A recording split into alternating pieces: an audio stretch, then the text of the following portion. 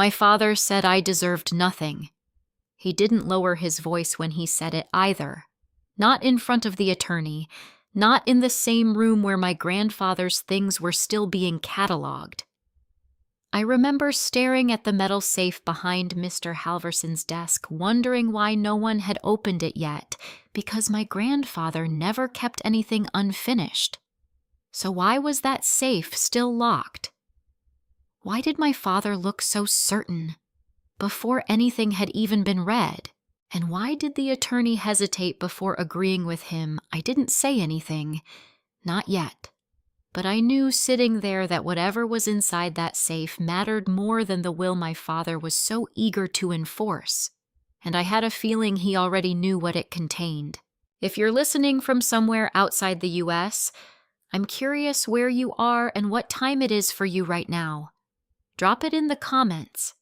And if you've ever been told you didn't deserve something that was rightfully yours, you might want to stay with me for this one. We gathered at my grandfather's house that same evening, as if grief could be scheduled between dinner and paperwork. The place still smelled like him cedar wood, and the faint trace of black coffee he never quite finished. Nothing had been moved. His reading glasses were still on the side table. His chair still angled toward the window. It felt wrong to sit anywhere. But my father, Daniel Carter, didn't hesitate. He took his usual seat at the head of the dining table like nothing had changed. "Let's not drag this out," he said, folding his hands together. "We all know why we're here." "Susan." My stepmother gave a small nod beside him. She had already set out folders for everyone, neat and labeled. Efficient. Controlled. Like this had been rehearsed. Ethan sat across from me, shoulders slightly hunched, eyes fixed on the table. He hadn't looked at me once since I walked in. Mr. Halverson cleared his throat and opened a thin file. "What we're reviewing tonight is a preliminary distribution summary based on the most recent will submitted prior to Mr. Carter's passing." Submitted. That word stuck with me. Not written. Not signed. Submitted. I leaned forward slightly. "Most recent," I asked. "When was it signed?" My father didn't even glance at me. "A few months ago. You weren't involved." "I wasn't asking you," I said, keeping my tone even. "I was asking him." Mr. Halverson paused for a fraction of a second. "Late November," he said. "Approximately 6 weeks before your grandfather passed." 6 weeks. That was around the time my grandfather had stopped calling me regularly. At the time, I'd assumed he was just tired, slowing down. But now that gap felt intentional or controlled. The reading began. The house. Transferred to Daniel Carter, the primary investment accounts. Also Daniel. A secondary trust. Split between Daniel and Ethan. A few charitable donations. Then, and for Zoe Nguyen, Mr. Halverson continued a collection of personal items, including books, photographs, and select keepsakes outlined in Appendix C. That was it. No financial assets, no trust, no property, just objects. I let the silence sit for a second longer than anyone expected. Appendix C. I repeated quietly. "That's everything?" My father finally looked at me, his expression calm, almost patient. "It's what your grandfather decided." "No," I said, meeting his gaze. "It's what was submitted." Susan shifted slightly in her seat. "Zoe, this isn't the time." "It's exactly the time I cut in, because this doesn't match what he told me." Daniel let out a short breath through his nose. "You mean the conversations where he humored you, Zoe? He cared about you, but you made your choices. You stepped away from the family when we needed you." There it was. The version of the story he always told. "That's not what happened," I said. I refuse to co-sign a loan you couldn't justify. That's not abandonment." Ethan shifted in his chair. His foot tapped once under the table, then stilled. Daniel ignored that. "You chose your career over your family. Your grandfather understood that." I almost laughed, but there was nothing funny about it. "I'm a CPA, I said. "I chose transparency over blind trust. If that's what you're calling disloyalty, then maybe we're using different definitions." Susan's voice came in softer this time. "Zoe, your grandfather was under a lot of stress toward the end. He wanted things simplified. Then why did he tell me 3 months ago that everything was already taken care of?" I asked. "Why did he say I wouldn't need to worry about anything?" Daniel's jaw tightened. "People say a lot of things when they're old." That sentence landed harder than anything else he'd said. Not because it was cruel, because it was dismissive in a way that felt practiced. I turned back to Mr. Halverson. "Was there a prior version of the will?" I asked. Another pause. "Yes," he said carefully. "There was an earlier draft." "Draft," Daniel cut in. "It was never finalized." "That's not what I asked," I said. "Was there a version that included different allocations?" Mr. Halverson adjusted his glasses. "There were differences, yes." Zoe Daniel said sharply, "This isn't productive." "No." I said, my voice quieter now, steadier. "What's not productive is pretending this is normal." The room fell silent. Ethan finally looked up. Just for a second. And in that second, I saw something I hadn't seen in him before. Not indifference, not resentment, something closer to guilt. He looked away quickly, but it was enough. The rest of the reading blurred past me. More distributions, more signatures, more finality wrapped in paperwork. When it ended, Susan began collecting the folders as if closing a meeting. "Thank you, everyone," she said. "We'll follow up individually with next steps." I didn't move. Neither did Ethan. Daniel stood adjusting his jacket. "Zoe, if you're done." "I'm not," I said. He stopped. I reached into my bag, not for evidence, not yet, but for something simpler. A memory. "I was here last month," I said. "Grandpa asked me to help him find a document. He couldn't remember where he'd put it." Daniel didn't respond. He told me, I continued, that if anything ever felt off, I should look where things are still locked. Susan's hand froze over the stack of folders. Mr. Halverson's eyes shifted slightly, and Ethan looked straight at me this time. Zoe Daniel said slowly, "You're reading too much into—" "I found something," I said. That got his attention. Not anger, not denial. Attention. In his desk, I added, "Back drawer." Hidden panels. Susan's voice came out sharper than before. "You went through his private things. I was helping him," I said, "and he knew exactly what I was doing." I reached into my bag and placed it on the table. A small worn key, brass, scratched, old enough to matter. No one spoke. I let the silence stretch just long enough. Then I said, "It has the same marking as the safe in Mr. Halverson's office." Ethan inhaled quietly. Daniel didn't. He just stared at the key, and for the first time that day, he looked uncertain. I didn't stay long after that. No one asked me to leave, but no one asked me to stay either. The silence that followed the key hitting the table felt heavier than any argument we could have had. I took it back with me, not because I didn't trust them, though I didn't, but because I wasn't ready to play my hand yet. That night, I spread everything out on my dining table. My laptop, my grandfather's old account summaries, copies of statements I'd downloaded months ago when he'd asked me to just take a look at something. At the time, it had felt routine. Now it felt like evidence. I started with the timeline. Late November. That was when the new will had been signed, according to my father. So I pulled transactions from October through December. At first, nothing stood out. Standard distributions, investment adjustments, a few routine transfers between accounts. Then I noticed a pattern. 3 transfers, large ones, all within a 2-week window in December, each just under a reporting threshold that would have triggered additional scrutiny from the bank. That wasn't accidental.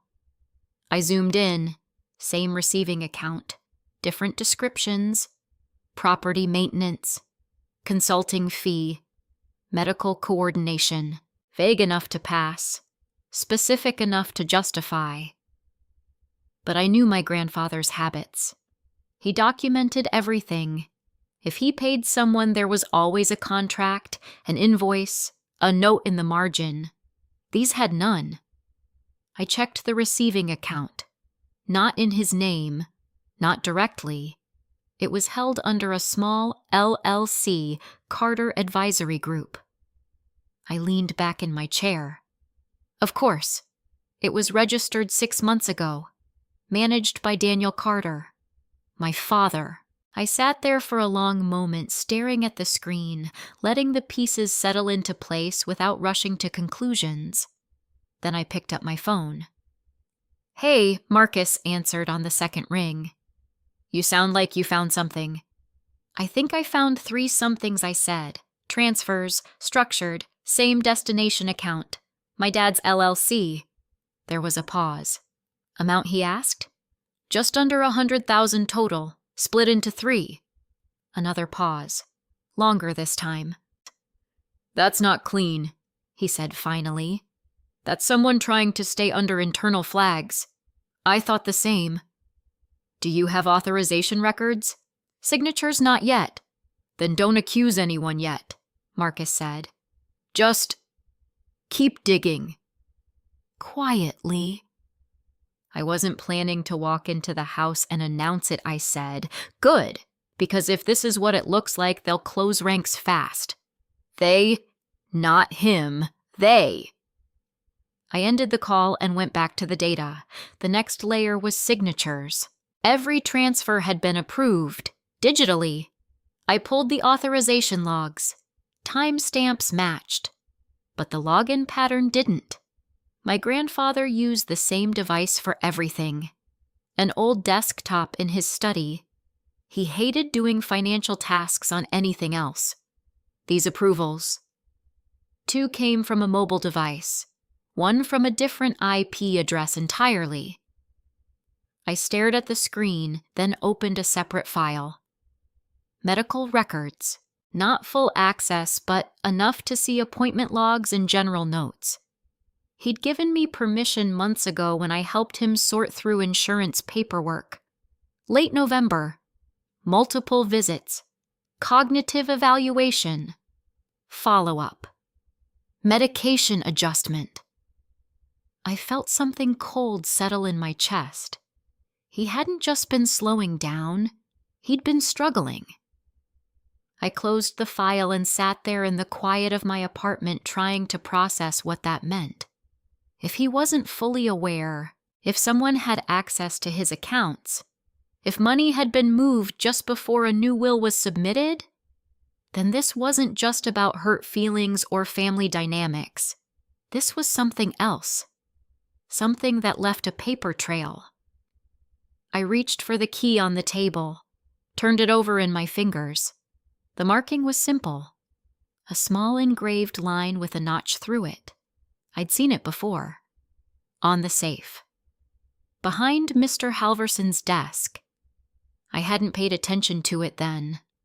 Not really, but now it felt like the one thing my grandfather had made sure no one could overlook. My phone buzzed. A number I didn't recognize. I hesitated for a second, then answered. "Zoe Nguyen," I said. "Ms. Nguyen," the voice replied. Calm. Measured. Familiar. This is Halverson. I straightened slightly.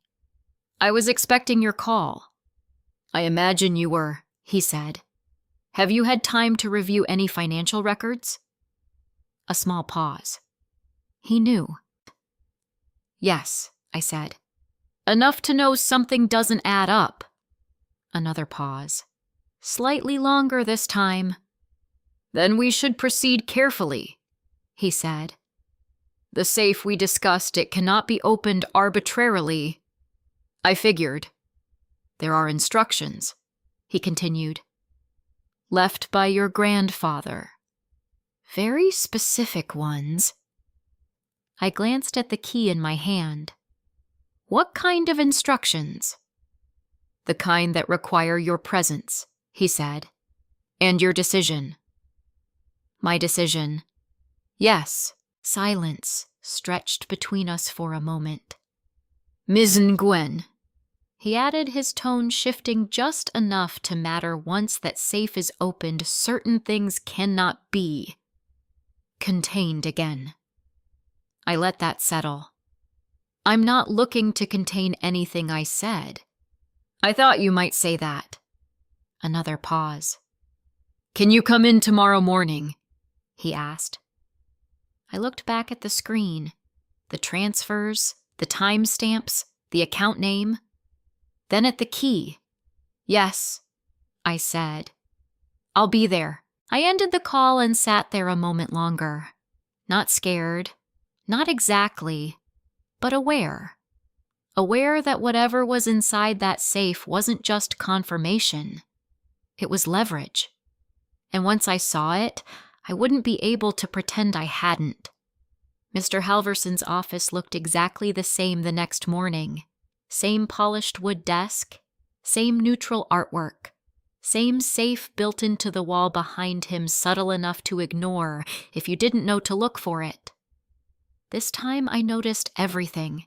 Thank you for coming in, Ms. Nguyen, he said, standing briefly as I entered. Zoe is fine, I replied, placing my bag on the chair beside me. He nodded once, then gestured toward the safe. Do you have it? I didn't ask what he meant. I reached into my bag and placed the key on his desk. He didn't touch it right away. Instead, he opened a folder and turned it toward me. Before we proceed, he said, your grandfather left written instructions regarding this safe. I need to confirm that you understand them. I scanned the document. It wasn't long. 1 page. Typed. But every line felt deliberate. The safe is to be opened only in the presence of Zoe Nguyen. No other party is to access its contents prior to her review. Materials inside may be used at her discretion. The attorney is to ensure documentation is preserved. I looked up. He knew something was wrong. Mr. Halverson didn't answer directly. He was cautious. That's a polite way to put it. He wanted safeguards, he said. This was one of them. I leaned back slightly. And if I decide not to open it, then it remains sealed, he said. But given the current circumstances, I suspect that's not your intention. It wasn't. I stood. So what do we need to do? He walked over to the safe, entering a code I couldn't see from where I stood. Then he stepped aside. This is where your role becomes necessary. I joined him, holding the key in my hand. Up close, the safe looked older than the rest of the office. Not decorative. Functional. Reinforced. There was a slot beneath the keypad. Same marking as the key. I hesitated for half a second. Not because I was unsure, but because I understood finally what he'd meant on the phone. Once this opened, there was no going back to not knowing. I inserted the key, turned it. A quiet click echoed inside the metal. Mr. Halverson entered another code, then pulled the handle. The door opened with a soft mechanical release. Inside, 3 items. A sealed envelope, a USB drive, and a thick folder secured with a band. No cash, no jewelry, nothing symbolic, just information. "May I asked. He stepped back. "Of course." I reached in and took the envelope first. My name was written on it. Not typed. Handwritten. Zoe. I recognized the handwriting immediately. My grandfather's. I opened it carefully, unfolding the letter inside. Zoe. If you are reading this, it means I was right to be concerned. That line alone was enough to make my chest tighten. I continued. I do not trust the documents that may be presented as my final will. I have reason to believe I was being pressured, and at times I was not fully aware of what I was signing. I paused there, not fully aware. The medical records made more sense now. I resumed reading. You are the only one I believe will question what doesn't make sense. That is why I am leaving this to you. Inside this safe you will find a recorded statement and a copy of the will I intended to stand. It was completed before my condition worsened. If something has changed since then, I trust you will see it clearly. This is not about punishment, it is about accuracy. That last word lingered. Accuracy. Not fairness. Not revenge. Accuracy. I folded the letter slowly and set it down. Mr. Halverson was watching me, not with curiosity, but with the kind of patience that suggested he'd been waiting for this moment longer than I had. There's more, I said. He nodded. I picked up the USB drive next and handed it to him. Can we play this? He moved to his computer, plugged it in, and after a few clicks a video filled the screen. My grandfather sat in his study, same chair, same window behind him, but he looked smaller, tired, still sharp but aware of something closing in. If you're seeing this, Zoe, he began, then I'm sorry I didn't handle things better while I still could. I felt my throat tighten, but I didn't look away. I let things go too far, he continued. I trusted where I should have verified. And when I started to question it, I realized I had already given up more control than I intended. He paused, adjusting his glasses. Your father believes he's protecting the family. In his mind, he's correcting what he sees as imbalance. But he's doing it in ways that are not transparent. Not transparent. That was one way to describe it. I have seen transactions I do not recognize, he said. Documents presented for signature that I did not fully understand at the time. He looked directly at the camera then. That is my responsibility, but correcting it is now yours if you choose to take it on. I exhaled slowly, not a request, a transfer of responsibility. The video continued for a few more minutes, details, confirmations, dates, but the message was clear. He knew. Maybe not everything, but enough. When the video ended, the room felt quieter than before. There's one more item, Mr. Halverson said gently. I nodded and reached for the folder. It was heavier than I expected. Inside, a complete will, signed, dated earlier than the one my father had presented. And very different, the house placed in a trust. The accounts divided with oversight, a significant portion assigned directly to me, not as a gift, as a responsibility. I scanned the signature. It matched. The style, the pressure, the flow. Not perfect, but real. This one predates the November version, I said. Yes, Mr. Halverson confirmed. And it was executed while your grandfather was still considered fully competent. I closed the folder slowly. For a moment, I didn't think about court or confrontation or outcomes. I thought about the word he'd used. Accuracy. This wasn't about winning. It was about correcting a record that had been altered. And for the first time since my father spoke in that office, I wasn't guessing anymore. I knew. I didn't go home after leaving Mr. Halverson's office. I sat in my car for a while, the folder resting on the passenger seat like it weighed more than paper should. Not because of what it contained, but because of what it required. I could ignore it. Close the folder. Walk away. Let the version my father presented stand uncontested. There would be consequences, but they would be quiet, internal, easier to carry in public. Or I could do exactly what my grandfather had asked. Be accurate. I picked up my phone and called Marcus. "I'm in," I said as soon as he answered. He didn't ask what I meant. "What did you find?" "Everything," I replied. "Video. A prior will. Documentation that he wasn't fully aware when the newer one was signed." A pause. Then, "That's not just suspicion anymore." "No," I said. "It's a kiki." Another pause. I could almost hear him shifting gears on the other end. "Okay," he said. "Then we move carefully. No confrontations, no emotional reactions. We build structure first." "I already did the emotional part," I said quietly. "Last night." "Good," he replied. "Then today we stay clinical." That word grounded me more than anything else had. Clinical.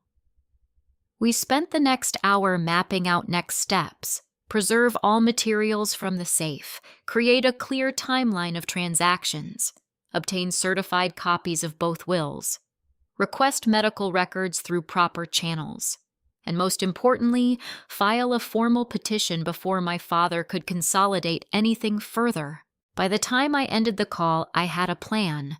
Not a perfect one, but a real one.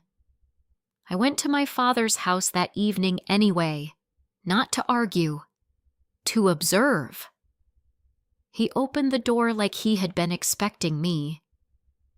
"You're back," Daniel said, stepping aside. "No surprise, no irritation, just control." Susan was in the living room, sitting upright, hands folded. Ethan stood near the window, pretending to check his phone. Same positions. Different tension. I stayed near the entrance. "We need to talk."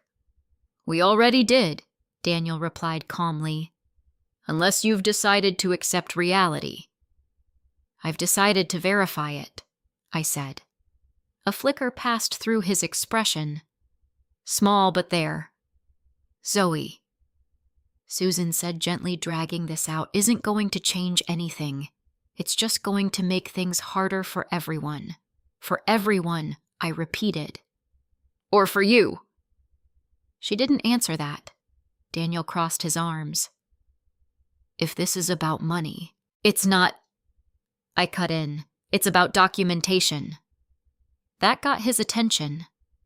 "I reviewed Grandpa's accounts," I continued. "There are transfers that don't match his usual patterns."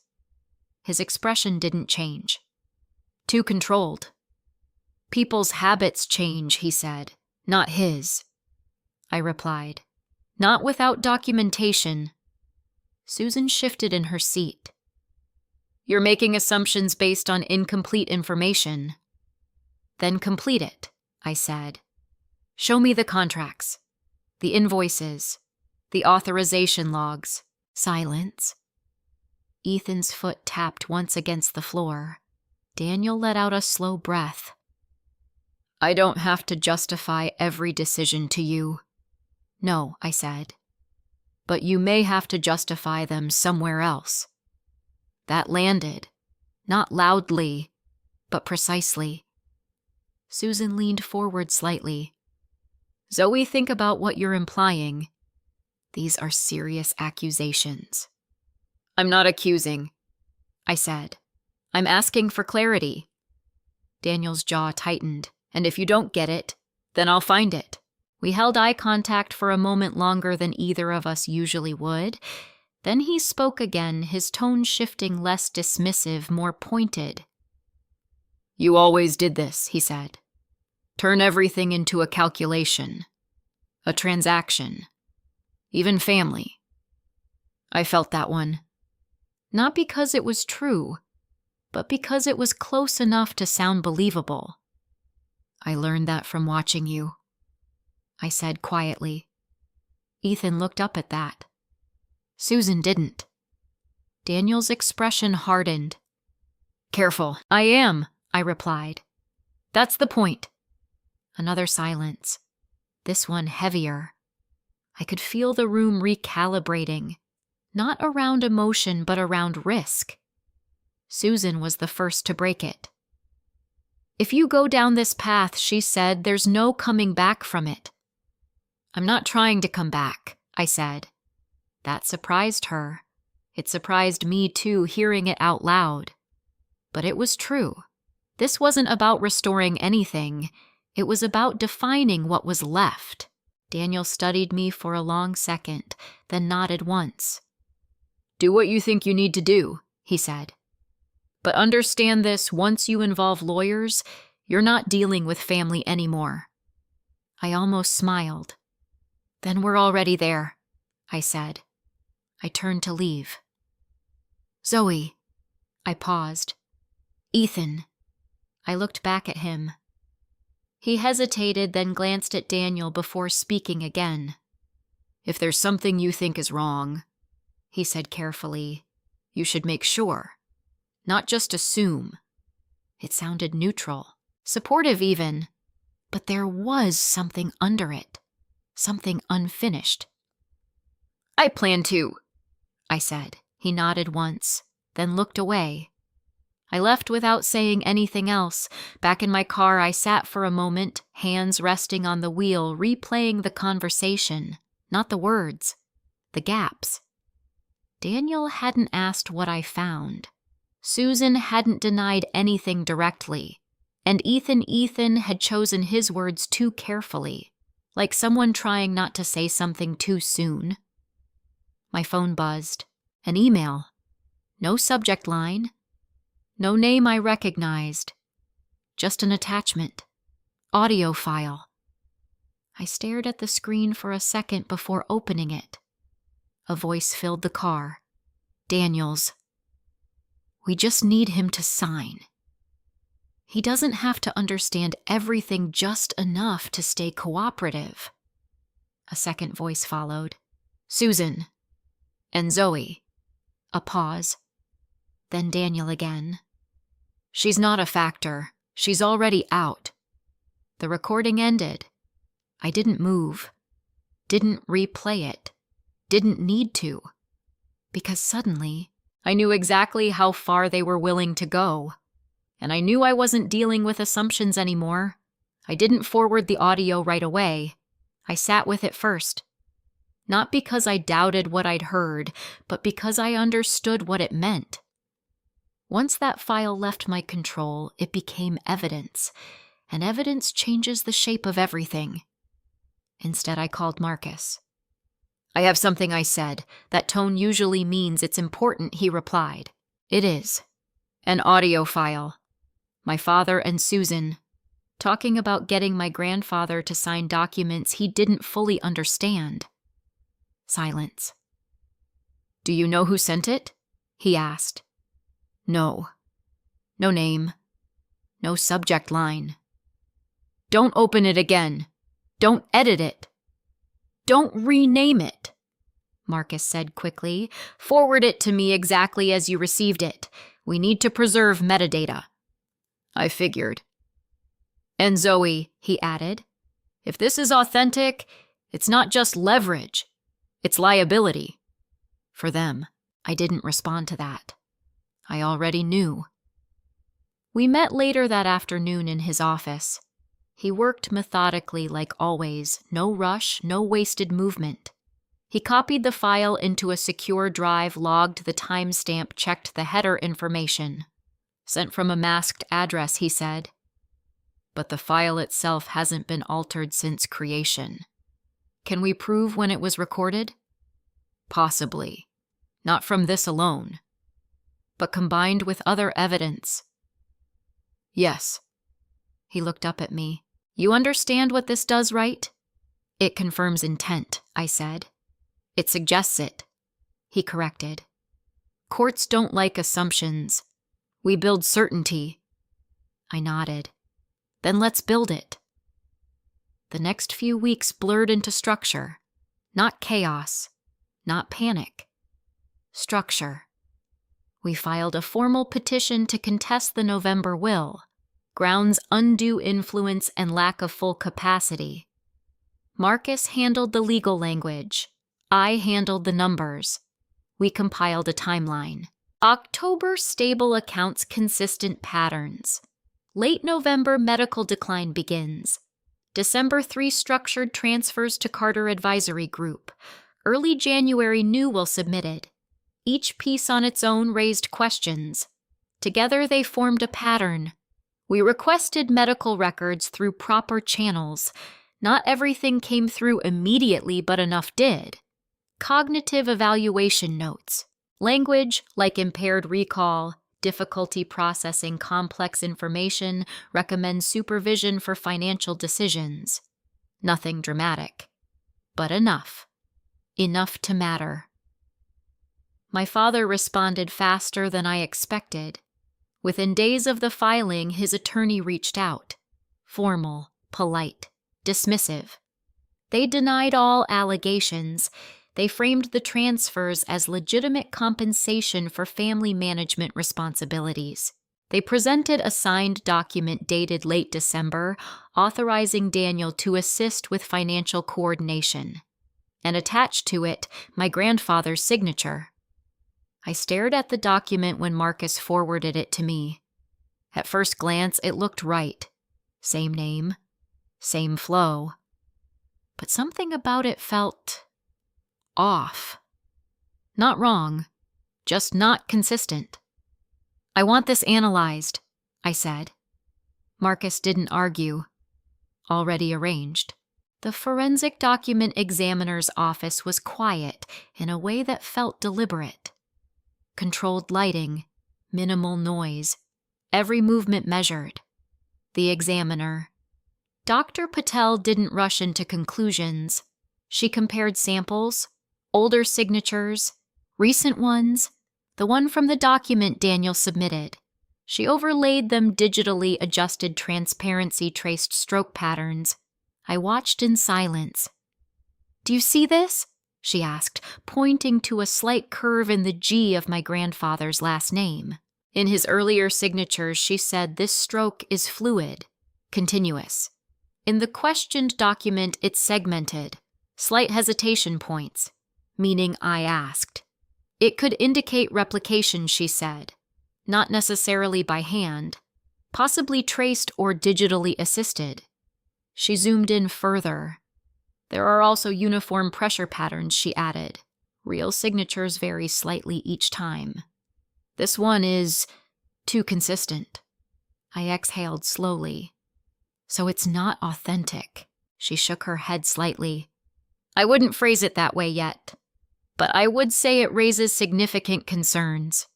That was enough. Back at Marcus's office, we added it to the file.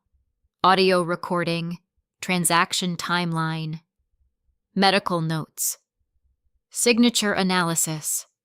And still, something was missing. Something that tied it all together in a way that couldn't be dismissed as coincidence or misinterpretation.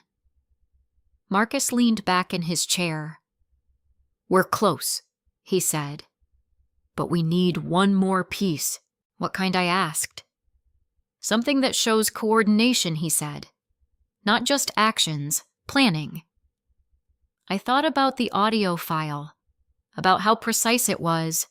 Too precise to be accidental. Ethan, I said. Marcus looked at me. You think he knows more? I think he's already said more, I replied, just not directly.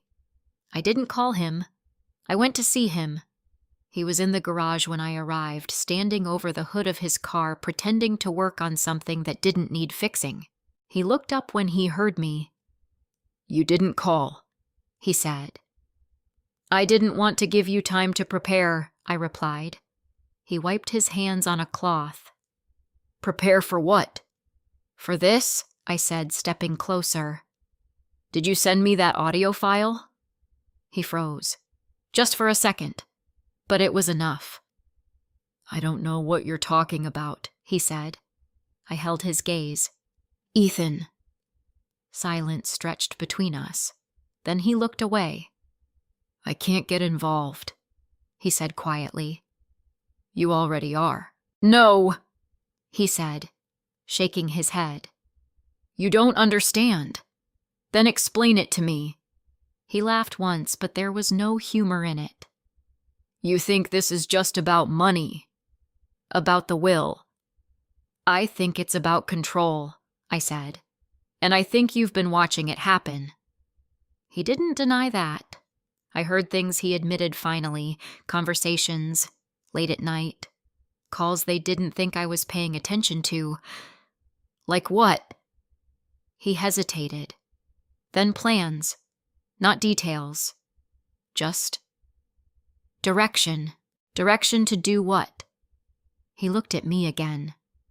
This time there was no deflection. "To make sure you didn't have a claim," he said. The words settled heavily between us. "You said something the other night," he continued, "about not solving this inside the family." I nodded. "You were right," he said. "It's already past that." I took a breath. "Then help me finish it." He shook his head. "If I testify, if I give you anything directly, it's over for me." "With them. It might already be," I said. Another silence. Then he reached into his pocket, pulled out his phone. "I didn't send the first file," he said, "but I know who did." My focus sharpened. "Who?" He didn't answer right away. Instead, he unlocked his phone, scrolled for a second, then turned the screen toward me. A message thread. No name saved. Just a number. And a single line sent 2 nights ago. If she's going to find out anyway, she should have the truth. I looked up at him. "Who is this?" I asked.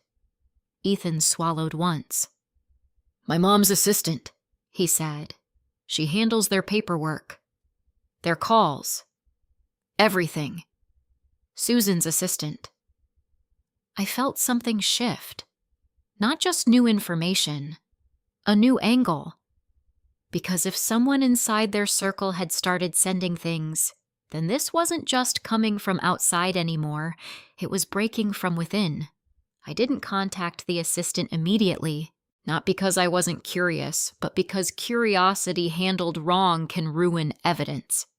Instead, I asked Ethan for everything he had. "Messages, call logs, anything she's sent you before I said." He hesitated. "It's not much." "It doesn't have to be," I replied. "It just has to be consistent." We sat in his car while he scrolled through his phone. A few texts. Nothing explicit. Mostly scheduling notes. Reminders his mom had asked her to pass along. Normal. Too normal. But buried between them, I saw a shift. Tone changes. Shorter responses. Delays where there hadn't been delays before. "She started pulling back a few weeks ago," Ethan said quietly. "I didn't think much of it. People pull back when something changes," I said. "Or when they know something they don't want to be part of." He nodded but didn't add anything. "Can you reach out to her?" I asked. His head snapped up. "No. I'm not asking you to get involved in a statement. Just a conversation." "That's how it starts," he said. "And then it's not just a conversation anymore." He wasn't wrong. "Okay," I said. "Then I'll do it." I didn't use my main number. Marcus set up a separate line through his office, clean, documented, traceable. We sent a single message. No accusations, no pressure. Just, "I received something that suggests you may want the truth documented. If that's accurate, I'm willing to listen." No names shared without consent. We waited. Hours passed. Then a day. Nothing. I didn't follow up. If she was going to respond, it had to be on her terms. While we waited, the signature analysis came back in writing. Dr. Patel's report was precise, not emotional, not dramatic, just facts. Inconsistencies in stroke sequence, uniform pressure patterns inconsistent with natural writing, digital artifacting suggesting possible overlay or replication. Conclusion. The question's signature shows significant indicators of non-authentic origin. Marcus read it twice, then set it down. "This helps," he said. "A lot." "It's still not direct," I replied. "No," he agreed, "but it weakens their position, and combined with everything else, it builds a pattern I finished." He nodded. We were getting closer, but not finished. The response came that night. Short, no greeting, no name, just, "I can't meet in person. Not yet. But I can send you something. It has to stay between us until it's filed." I read it twice, then showed Marcus. He leaned back slightly. "That's careful." "She's protecting herself," I said. "As she should be." I typed back, "I understand. Send it when you're ready. It will be handled properly." 3 dots appeared, disappeared. Then, an attachment. PDF. I opened it slowly. It wasn't a single document. It was a collection. Internal emails, time-stamped, between Susan and the assistant. Subject lines like redraft revision. Need this processed before Friday. Do not include Zoe on any correspondence. I scrolled further. One email stopped me. Susan to the assistant. "Make sure Daniel gets this version signed before the next appointment. We don't have another window if his memory gets worse." I felt my jaw tighten. Another. Assistant to Susan. He asked questions about the changes. Should I delay Susan's reply? No. Just keep it simple. He trusts Daniel. That's enough. I didn't realize I'd been holding my breath until I exhaled. "This is it," I said quietly. Marcus didn't respond right away. He was already reading. Another email. Attachment referenced. Updated signature page used this one. Dr. Patel's report echoed in my head. Overlay. Replication. Consistency. This connects everything Marcus said finally. Intent. Timing. Method. I nodded. Not triumph. Not satisfaction. Just clarity. We filed the supplemental evidence 2 days later. Not all at once. Strategically, the financial records first, then the medical notes, then the signature analysis, and finally the emails, each piece reinforcing the last, each one harder to dismiss than the one before. Daniel's legal team responded quickly. They challenged authenticity. They questioned sources. They implied manipulation. But their tone had changed. Less confident. More reactive. The hearing date was set. Not the final trial, but enough to present the foundation. To show the court that this wasn't speculation. It was structure. The night before, I didn't review documents. I didn't rehearse arguments. I sat in my apartment, the folder closed on the table, and thought about my grandfather. Not the version in the video, not the version in the documents.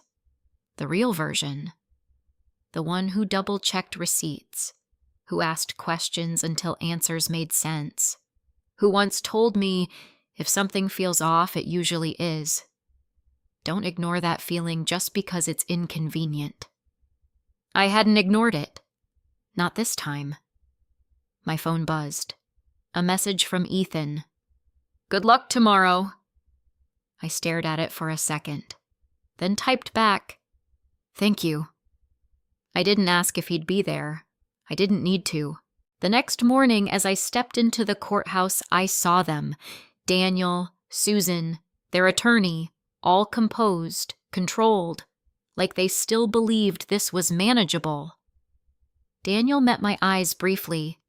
No anger, no acknowledgement, just calculation. That was fine, because for the first time since this started, I wasn't walking in with questions. I was walking in with answers, and documents that didn't rely on anyone's version of the story, only what could be proven. As we entered the courtroom, Marcus leaned slightly toward me. "Remember," he said quietly, "we're not here to win everything today." "I know," I replied. "We're here to make it impossible for them to pretend this is nothing." I nodded once. That was enough. The judge took the bench. The room settled, and as the first document was handed forward, I realized something had shifted. Not in the case, in me. I wasn't trying to be heard anymore. I was making a record, one that didn't disappear just because someone wanted it to. Across the room, Susan adjusted a stack of papers in front of her. A small movement, but deliberate. And for a brief second, I saw something I hadn't seen before. Not control, not confidence, concern. Because she knew what we had filed, and she knew there was no clean way out of it anymore. The first hearing wasn't dramatic. No raised voices, no surprise confessions, no moment where everything suddenly snapped into place. It was quieter than that, more precise, which in some ways made it harder to ignore. Marcus stood, introduced the motion, and began laying out the structure we had built. Not all at once, step by step. "Your Honor. This petition is not based on speculation," he said. "It is based on a consistent pattern across financial records, medical evaluations, and documented communications." He didn't look at my father when he said it. He didn't need to. The judge nodded slightly. "Proceed." The financial records came first. Clean, organized, timeline-based. Marcus walked through the transfers, dates, amounts, receiving entity. He didn't accuse, he asked questions. "Would you agree that these transfers fall within a short, concentrated window?" Daniel's attorney stood. "Objection calls for speculation." "Sustained," the judge replied. "Rephrase." Marcus didn't miss a beat. "Do the records show that these transfers occurred within a 14-day period?" "They do," the judge said, scanning the document. "Thank you." No emotion, just confirmation. Then came the medical notes. Language read aloud, impaired recall, difficulty processing complex decisions, recommendation for supervision in financial matters. Again, no commentary, just placement, each piece settling into the record. Across the room, Daniel remained still. But Susan's posture had changed, subtly. Her shoulders were no longer squared. Her hands, once neatly folded, now rested apart. Not dramatic, but not controlled either. Then came the signature report. Dr. Patel didn't testify yet, but her written analysis was submitted. Marcus summarized it carefully. Significant indicators of non-authentic origin. That phrase hung in the air longer than anything else had. Daniel's attorney stood quickly. "Your Honor, we challenge the admissibility of this report without direct testimony. You may address that at the appropriate time," the judge replied. "For now, it is entered provisionally." Provisional. Not final, but present. That was enough. Marcus paused briefly before continuing. This was the moment we had planned. Not the strongest piece, the connecting one. "Your Honor." We would now like to introduce a set of internal communications relevant to the preparation of the December documents. Daniel's attorney straightened. We object to any materials obtained improperly. You may state the basis of that objection after review, the judge said. Proceed. Marcus handed forward the printed emails, one by one. No rush, no emphasis, just sequence. The judge read silently for a moment, then flipped to the next page, then the next. I didn't look at her face. I looked at Susan, because this was her language, her phrasing, her instructions, and I wanted to see when recognition set in. It didn't happen all at once. It happened in pieces. A blink, a shift, a tightening of her jaw, then stillness. Not the controlled kind, the kind that comes when movement might make things worse. Daniel leaned slightly toward his attorney, whispering something. For the first time, his composure wasn't complete. The judge set the papers down. Counsel, she said, looking toward Daniel's side. Do you dispute the authenticity of these communications? A pause. Too long to be comfortable. We have not yet had the opportunity to fully review the source of these documents, his attorney said. That was not my question, the judge replied calmly. Do you dispute that these emails were sent? Another pause. No. Your Honor, he said finally, we do not dispute that they were sent. That was it. Not an admission of wrongdoing, but an acknowledgement of fact. And in this room, facts mattered more than explanations. Marcus didn't press. He didn't need to. He stepped back, allowing the weight of what had already been entered to settle. Because now it wasn't just separate concerns, it was a connected narrative. Financial transfers, medical vulnerability, questionable signatures, coordinated communication, all aligned in time, all pointing in the same direction. Daniel's attorney stood for their response. He was composed, measured, experienced. This case he began is built on interpretation, on reading intent into ordinary actions taken during a difficult time. He moved through each point. The transfers were compensation. The medical notes were not definitive. The signature report was preliminary. The emails were taken out of context. It was a good argument, structured, clean, but something about it felt incomplete. Not wrong, just missing something. Because it required the court to believe that each piece existed independently, that none of them influenced the others.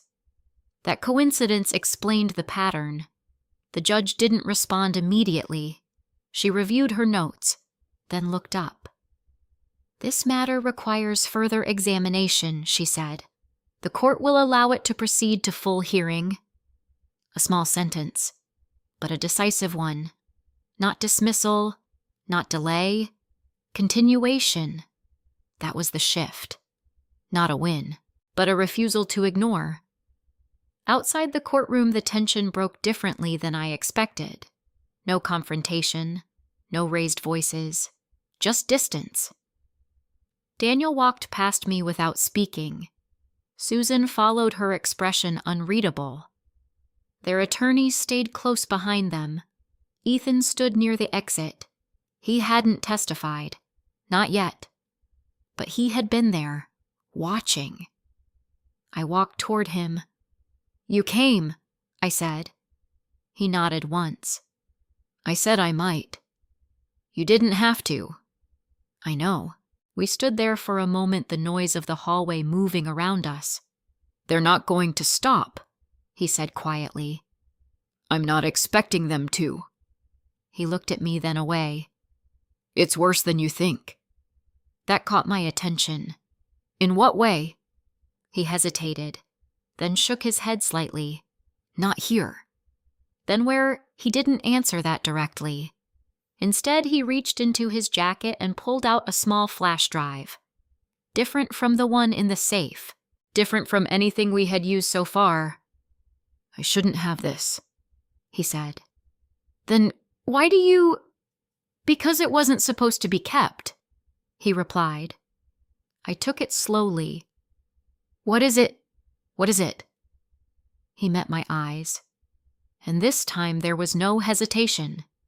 It's everything they didn't email. The words settled between us, heavy, final, because emails could be explained, framed, contextualized. But this sounded like something else entirely. I closed my hand around the drive, not opening it, not yet, because I already understood what it meant. We had built a case, structured, careful, sufficient. But this could change the scale of it, and once we used it, there would be no version of this that stayed contained inside a courtroom. Ethan stepped back slightly. I can't be tied to it, he said. I understand. He nodded once, then turned and walked away. No goodbye. No explanation. Just distance. I stood there for a moment longer, the flash drive in my hand, the courthouse noise fading into the background. Then I looked down at it and realized whatever was inside this, it wasn't just going to prove something, it was going to expose something. And those two things weren't always the same. I didn't open the flash drive in the hallway. I waited, not out of caution alone, but out of respect for the process we had built. Everything so far had been structured, admissible, documented. If this changed the scale of the case, it needed to be handled the same way. Marcus agreed. We sat in his office that evening, the drive placed between us on the desk like it had its own gravity. Chain of custody starts now, he said, plugging in a secure workstation. No copies outside controlled storage. We review log and decide. I nodded. He inserted the drive. A single folder appeared. No labels, no subfolders, just files. Video. Audio. Scans. Marcus opened the first video. It was recorded in my grandfather's study, not the same recording as the one in the safe. Different angle. Slightly off-center, like it hadn't been set up deliberately. My grandfather sat in his chair, but this time he looked confused. Not just tired. Confused. Daniel, what is this? He asked, holding a document. The camera shifted slightly. Whoever was recording moved. My father stepped into frame. It's just a revision, Dad, he said calmly. We talked about simplifying things. I don't remember agreeing to this, my grandfather replied. You did, Daniel said. Last week. You asked me to take care of it. A pause. My grandfather looked down at the paper again. I want Zoe to look at it, he said. That was it. That was the line.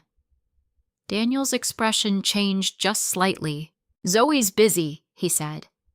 This is straightforward. I said I want her to look at it. Silence. Then Susan's voice off camera. Let's not confuse him, she said softly. He gets overwhelmed when there are too many opinions. I felt my hand tighten on the edge of the desk. The video continued. My grandfather hesitated. Then he signed, slowly, uncertainly, but he signed. The video ended. Marcus didn't say anything for a few seconds. He didn't need to. That's direct, I said quietly. He nodded. That's not interpretation. That's interaction. We opened the next file. Audio. Same room. Different moment. We just need consistency, Susan's voice said. If anyone asks, it was his idea. And Zoe, my father asked. She's already distanced herself, Susan replied. Use that. A pause. Then Daniel again. She'll question it.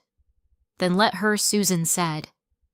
By the time she does, it'll already be done. The recording ended. We didn't rush through the rest. Each file added something. Not always dramatic, but specific. Time-stamped. Aligned with the emails. Aligned with the transactions. Aligned with the medical notes. It wasn't just a pattern anymore. It was a sequence. Marcus leaned back finally. This changes the hearing, he said. It changes everything, I replied. He didn't disagree. We'll need to authenticate it, he added. But assuming we can, this moves from civil dispute into something else. I knew what he meant. Not just about the will, about conduct, about intent, about responsibility. The full hearing was scheduled faster than expected. Once the court reviewed the supplemental filing, there was no reason to delay. Everything had escalated, quietly, efficiently, but completely. The courtroom felt different the second time. Not louder, not more crowded, just more focused, like everyone understood the stakes now. Daniel sat straighter. Susan didn't look at me at all. Ethan was there again. Closer this time. Marcus stood and began. No introduction, no framing, just the evidence. We would like to submit additional material obtained following the initial hearing, he said. Daniel's attorney stood immediately. Your Honor, we object to late submissions without prior review.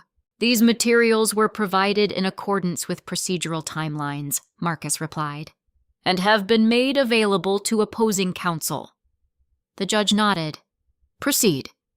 The video was played, in full. No edits, no commentary, just the recording. The room didn't react visibly, but the shift was there, subtle, irreversible. Daniel's attorney attempted to respond. He questioned context. He questioned intent. He suggested confusion, misinterpretation, stress. It was the best argument available, but it didn't erase what had been seen. Then Ethan stood. No one had called him yet. Not officially, but he stood. Your Honor, he said, voice steady but tight. I would like to testify. There was a brief pause. The judge looked to both attorneys. No objection came. Proceed, she said. Ethan took the stand. He didn't look at me. He didn't look at them. He looked straight ahead. I was present for multiple conversations regarding the will, he said.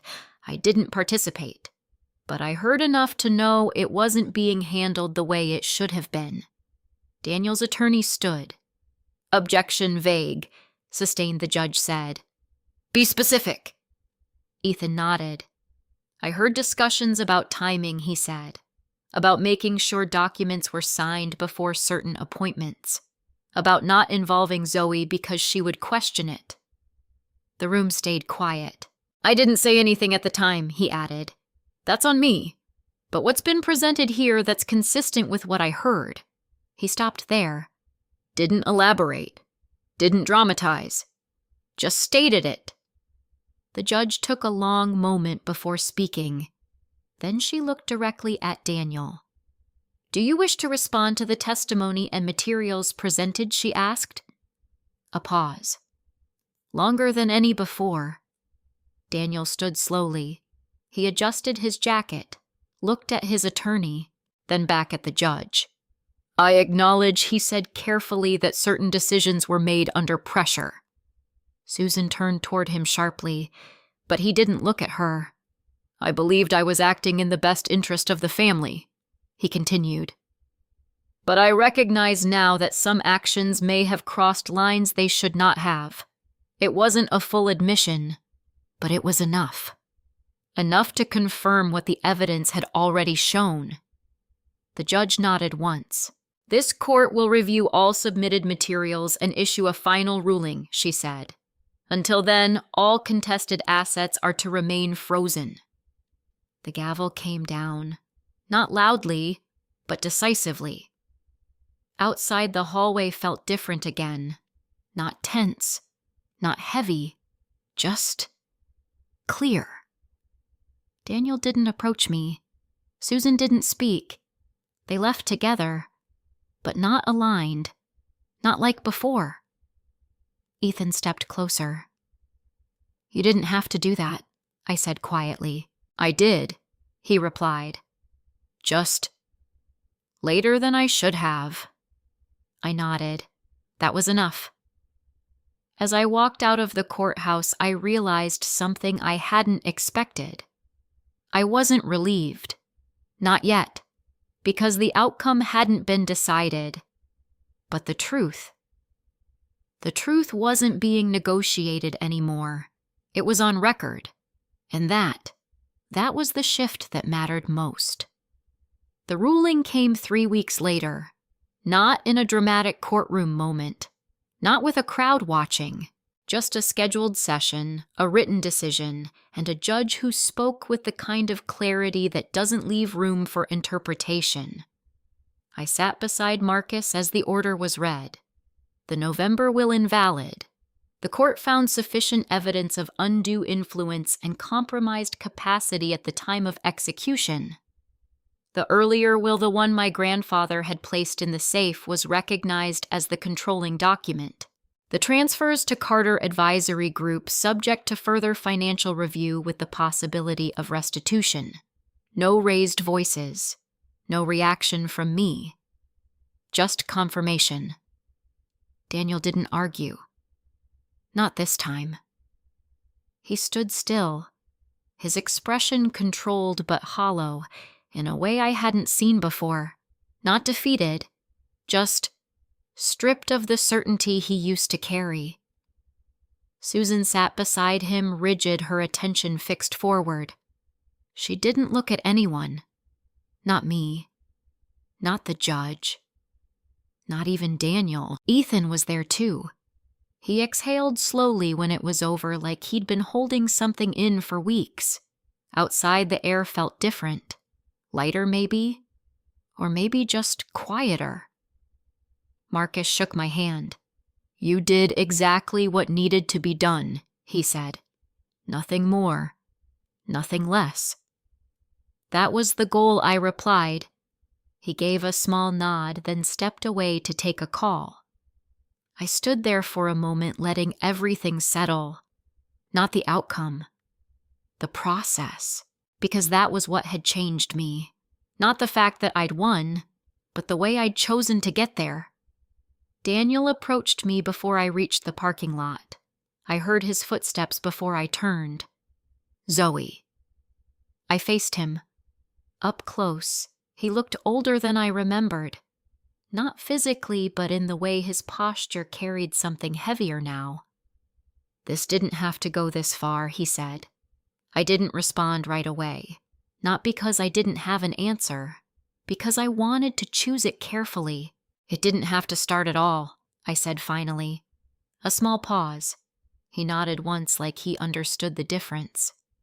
I thought I was fixing something he said, balancing things out. At whose expense, I asked? He didn't answer that, because there wasn't one that didn't lead back to the same place. "I didn't expect you to..." He stopped searching for the word. "Pursue it like this. Verify it," I corrected. Another pause. "That's always been your way," he said. "Yes," I replied. "And you knew that." He looked down for a moment, then back at me. "I'm not asking you to forget what happened," he said. "But this doesn't have to be the end of everything." There it was. Not an apology. An opening. Carefully framed. Controlled. I thought about it. Not for long, but long enough. "I'm not cutting you out of my life," I said. but I'm not stepping back into the version of it where I don't ask questions." He held my gaze, trying to read something in it. "Then what does that look like?" he asked. "Distance," I said. "Clarity. Boundaries you don't get to redefine later." It wasn't emotional. It wasn't harsh.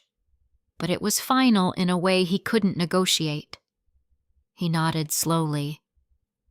"I can respect that," he said.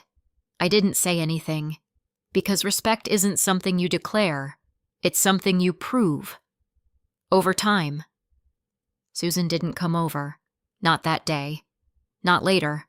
I heard through Marcus that she had retained separate counsel, that the financial review into the transfers had expanded, that her role in the documentation process was being examined more closely.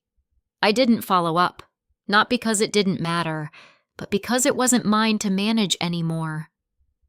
Ethan and I met a week later. Not at the house, not anywhere connected to any of this. Just a quiet cafe near his place. He looked different, lighter in a way. "I wasn't sure you'd want to see me," he said. "I wasn't sure either," I replied honestly. He nodded. "That's fair." We sat in that for a moment. No rush to fill it. "I should have said something earlier," he said finally. "Yes," I agreed. He didn't argue that, but I didn't know how to do it without losing everything he added. "You might have anyway," I said. "Just differently." He exhaled. "Yeah." Another pause. Then he looked at me. "So, what now?" I considered that. Not the legal answer, the real one. "We don't pretend none of this happened," I said, "and we don't build something new unless it's actually different." He nodded slowly. "I can work with that." I believed him. Not completely. Not yet. But enough to try. A few days later, I went back to my grandfather's house. Alone. The trust arrangements meant it wasn't technically mine. Not fully, but I had access now. Responsibility more than ownership. The house felt the same, and not the same at all. I walked into his study, sat in his chair, looked out at the same window he had, and for the first time since all of this started, I didn't feel like I was chasing something, or proving something, or correcting something. I felt settled, not because everything was fixed, but because what was true had been acknowledged, and what wasn't had been documented. On the desk, I found the copy of the letter from the safe, the one addressed to me. I read the last line again. "This is not about punishment. It is about accuracy." I smiled slightly. He'd known exactly who I was, and exactly what I would do. If you've ever been in a position where your own family tried to rewrite something that mattered to you, you probably understand how complicated that feels. It's not just about what's taken, it's about what's denied. And sometimes the most important thing you can do isn't to win. It's to make sure the truth exists somewhere that can't be ignored. If you're listening from somewhere else in the world, I'd still love to know where you are and what time it is for you right now. And if this kind of story resonates with you, you're always welcome to stay, listen, and share your perspective. Because stories like this aren't about revenge. They're about knowing where your boundaries are and deciding for yourself what happens when they're crossed. This is a fictional story created for entertainment, education, and reflection.